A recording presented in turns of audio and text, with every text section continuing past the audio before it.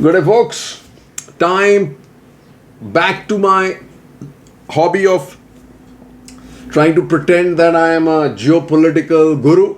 But hey, none of that. It's just gut feel about what's happening in Ukraine and the world and the implications on India. I just pick up, articles from different places which a lot of people don't see and connect. Right, so I kind of try and join the dots wherever I can. I also nowadays, like my lovely roses that come to my office, and I put them in there, right? So away from domestic politics, the hustle of domestic politics. Let's tell you what the morning brief on March 8th of New York Times told us. Ukrainian civilians trapped as attacks escalate. But the important part that nobody may have know is what's happening here. Arming Ukraine, the US has walked to the edge of direct conflict with Russia, providing with NATO 17,000 anti-tank weapons to Ukraine and operating clandestine cyber mission teams. In Russia, with new limits on the media, Putin has strangled the vestiges of a free press and moved his country closer to the stultifying orthodoxy of Soviet Union. And what's happening and what's the impact on Xi, right? Xi's embrace of Putin limits China's options. And you got to hear this, right? Just a month ago, China's leaders Xi Jinping and Putin met in Beijing and declared that their country's friendship had no limits. Less than 3 weeks later, Russia invaded Ukraine in the kind of unilateral military intervention that China has long denounced. Okay, now Xi's in a tough spot as he seeks a groundbreaking third term as party leader. After first sounding sympathetic to Moscow's security demands, China has sought to soften his tones, expressing grief over civilian casualties and calling for an end to the war. Also remember, interestingly, Ukraine supplies a lot of weapons to China, right? A Western intelligence report concluded that Chinese officials told the Russians not to invade during the Olympics, though it's unclear if Putin had directly told Xi his plan. Either way, Xi's warm embrace of Putin may have emboldened Putin to gamble on going to war in Ukraine. Okay. And then what do we have on the 9th? Coming again, morning brief. It says, good morning. We are covering the US ban on Russian oil. That's a big one, folks. President Biden announced a ban on imports of Russian oil and natural gas into the US and escalation of economic penalties that could have consequences at home and around the world. In Ukraine, according to the UN, 2 million people have fled the country in what is called the fastest growing refugee crisis in decades. Russia continues to advance on the critical city of Dnipro, threatening to isolate Ukrainian forces in the Donbas region in the east. The Ukrainian military said early Tuesday that it shot down 3 Russian fighter jets and a cruise missile. If confirmed, it would signal that Ukraine's air defense systems and air force are still functioning nearly 2 weeks into the war. In Russia, with virtually all media now under state control, the invasion of Ukraine will be called neither an invasion nor a war. Western view. European militaries that once feared, this is what I wanted you to hear. European militaries that once feared Russia said they were now less intimidated by its ground forces, but experts expected Russia to eventually subdue Ukraine's army. The director of the CIA testified that Putin's increasing isolation and insulation has made him extremely difficult to deal with, and a top US intelligence official said that Putin perceives this is a war he cannot afford to lose. Folks, so this is put paid to people now don't think that this is this big bear in Europe and can be defeated. But on the other side, China suddenly realized it's a tin pot kind of army itself. So it really can't take on the much better defended Taiwan. Cheers. So what about when I talk about what's happening with Russia? The problem is that obviously his invasion is not going as well as he had thought, and it's having repercussions in China, it's having repercussions all across Europe, and he's put himself in a corner, right? And what does Ashutosh Vashni write? He says Putin's delusion, absolute delusion. That's what happens to despots. It seems to be happening in other countries also. Putin might have expected that Ukrainians would welcome the Russian armed forces with open arms or view them as liberators from an illegitimate elite wrongly taking them down the disloyal Western path. But what we are witnessing today is a full-blown national rebellion against a mighty neighbor bent upon bullying and subjugating. Essentially, these three arguments boil down to one fundamental claim: Ukraine cannot have an independent state because it was historically part of Russia. Any attempt at expressions of independence or Ukraine's Western desire must be militarily crushed. So this is the funny part, right? In pursuing imperial ambition, Russian president underestimated Ukraine's national consciousness, right? He's not the only one who can have a national consciousness, right? Other people do too, right? What do we have? Post-Soviet icon McDonald's to close in Russia. Senator tells US admin India key ally curbs will be foolhardy. Thank God for that. You got somebody listening. Russia, most sanctioned nation in world ahead of Iran and North Korea. Biden bans oil imports, gas prices hit record highs in the US, says US won't be part of subsidizing Putin's war on Ukraine. FM hints high crude prices to hit budget. US president says he intends to bring Russian economy down to its knees, and he probably will. With that, the other person who's going to go down on his knees is the Chinese.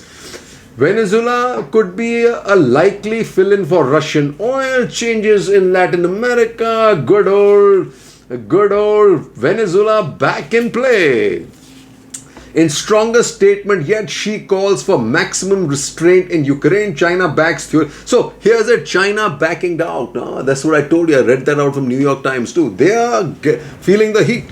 US always used Pakistan-China ties stood the test of time, says PM Imran. And see, you are getting pompous ass out there suggesting that he wants to mediate, right? How can he mediate? And Imran, obviously another fool, was trying to mediate, help China mediate. So look, you can see all over the place, right? As tensions on Taiwan simmer, China demands US actions to improve ties. They've seen that there is no way they're going to get Taiwan by force, folks. This is an important thing. And look at what our good old Nepalese are doing, right? Nepal's Deuba seeks opposition support on 500 million US deal. Nepal's ruling alliance meet remains inconclusive. Police clash with protesters against US grant in Nepal. US says China responsible for delaying 500 million Nepal project. So if Nepal doesn't want to go down the way of good old Sri Lanka, in hock to the Chinese and now out of food, out of fuel, they better immediately jump off and tie repair their ties with the United States. And this is no way to do it. 500 million is a lot.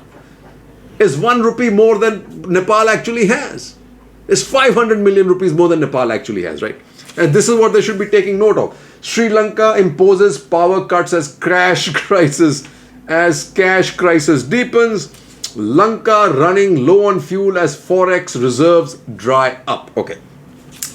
Russia's invasion of Ukraine throws world order in disarray. What this is Frank Islami writes. New Delhi has deftly navigated its bilateral relation with the US and Russia without angering either. If the situation in Ukraine worsens and Washington takes a hard line against Moscow, walking this tightrope will become much more difficult. India could face another challenge if China decides to step up the ante to resolve its border dispute. With the border incursions the PLA troops made in recent years, India would do well to plan for such a scenario. If it did, it is unlikely that Russia will rush to help the country given its increasing dependence on China. And this is something, folks, irrespective of what Manoj Joshi says, breaking with Russia on defense is difficult. He says a major problem for India is the lack of an adequate general industrial capacity that can feed the domestic defense industry. India's defense manufacturing may be on the point of takeoff, but whether it can fly remains to be seen. As my colleague Karthik Bomakanti has pointed out, government investments in R&D are not just worryingly but laughingly small. Just what can be achieved through effective policy and investment can be seen in South Korea, which has seen the 1990s developed its own tanks and submarines, and it's working on a 5th generation fighter and is one of the largest arm exporters in the world. India has a long way to go, folks. Here you got to remember this, folks. Stopgap.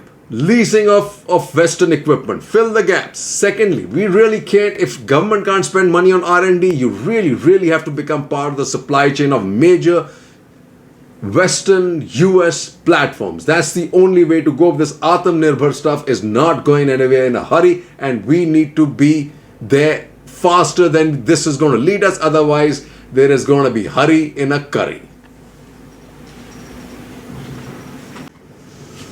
So like I've been saying forever, and now a lot of people, the analysts are suggesting the same thing, and as Pranab Dhal Samta writes, don't go back in the USSR. He says, the reliability of military supplies from Russia is among India's core national security assumptions.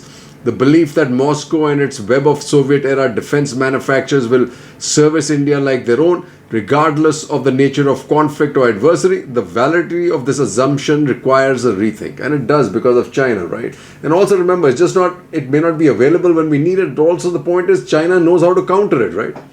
Add to this a complication caused by Russia's increasing dependence on China, and we have almost a perfect storm. As Russia gets barred from US and European financial transaction systems, it will economically gravitate more substantively towards China, surrendering in due course much of its strategic autonomy. That would turn Russia into an untrustworthy option for India, which is why GOI must act now and not wait until the worst plays out. Just as the COVID pandemic served as a wake-up call for the Indian pharma industry, Russia's war in Ukraine and its security implications are a warning bell to India's defense industry and our planners and our defense forces who are just hooked on to the Russian arms drugs, right? Important that India's vote in UN matches its words. French envoy, key European partner, wants Delhi to be more forceful at meets on Ukraine conflict, becoming, like I said, more and more difficult to balance. Eye on China, army mounts airborne insertion exercise at Siliguri corridor. No date for military talks yet as China opposed to holistic view. That was yesterday, day before. But today, India, China to conduct LAC talks on March 11th. Government, however, has kept up heat on China apps accessing data illegally. Government bans 54 more Chinese apps. Ties with China hinge on state of border, says Jaishankar. Disregard of written pacts led to LAC standoff, says Jaishankar. Jaishankar underlines China ignored LAC pacts, an issue of global concern. Next round of India-China border talks on Friday. So here's the deal, folks. You've seen China pivoting a wee bit, firstly, as far as its stand on Ukraine is concerned. It wants to mediate. It's beginning to say that this is not the right thing, the invasion of Ukraine. And now you have this. Till yesterday, they were just a second. Then they want the US back on the table for Taiwan because they've realized they cannot get Taiwan by force. And now they want talks with India. Hey, something is amiss, right? Modi urges Putin to hold direct talks with Zelensky, right? As if Putin is going to listen to Zelensky. Putin is going to listen to good old Modi, right? Japanese PM set to visit India on March 19th, 20th. Annual summit likely to focus on bilateral partnership. Just let's make sure we are aligned on this one, especially in the Indo-Pacific. And let's not this balancing issue take us away from this core threat of ours, the core challenge, and the only real protection we have against this kind right now is the Indo-Pacific and the United States and the West. Let's not live delusionally on this Russia, what do you call the Russian drug of arms, right? No, we can't do that forever. And like I've pointed out, you got to think out of the box, right? You really can't develop Indian arms and Indian defense industry from scratch. We've never been able to do it. Either we are just dim-witted, I don't know, or the government has never really spent enough money, and that's probably the truth, whether it's the old governments or this government. More often than not, I actually think that fact that the Russians ensured that we didn't develop our own industry, but if we did, what would their defense industry do, right? But the only way to get a fast start, in my opinion, first is lease all the equipment, right? Whether it's the F-35s, whether it's aircraft carriers from the United States now, not from Russia, right? And second is become part of some global supply chain. India just can't suddenly get up and say, I'll do a Generation 6 aircraft. Right? That's what HAL does. The most disappointing organization in India has been the HAL. Like to believe it or not, but that's what it is. US and Russia to take part in India's largest naval drill. Go figure that. Jai Hind, folks.